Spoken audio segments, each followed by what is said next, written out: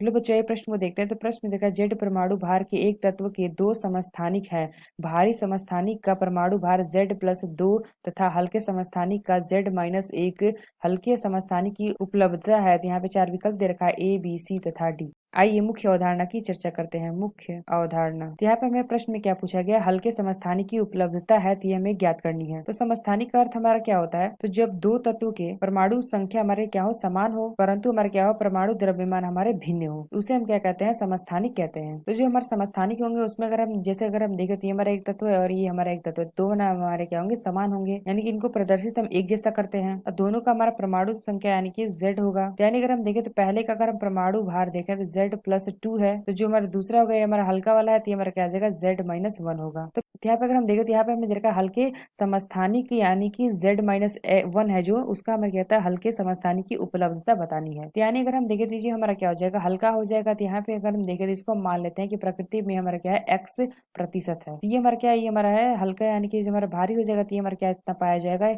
100-X%, जो हमारा total 100% यहाँ लेके चलता है। तो प्रश्न में हमें क्या दे रखा है, Z परमाणु भार के एक तत्व को दो समस्थानिक हैं। तो यहाँ पे अगर हम क्या निकालेंगे, औसत भार निकालेंगे, औसत भार। इसका हमारा सूत्र क्या होता है, उपलब्धता और उसका परमाणु भार। ये हमारा क्या हो जाएगा, Z+2 और इसका उपलब्धता हमारा कितना है, तो उपलब्धता हमारा है 100-X।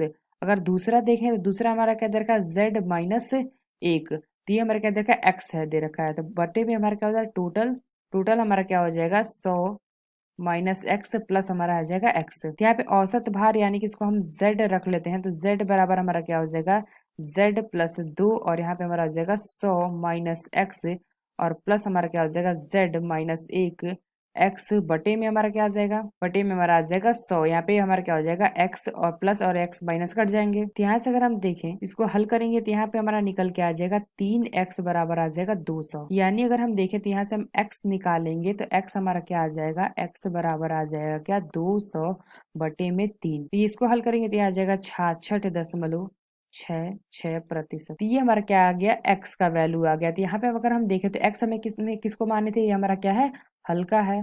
तो ये हल्के वाले को हम X माने थे, तो X बराबर हमारा क्या आ गया, 66.66%।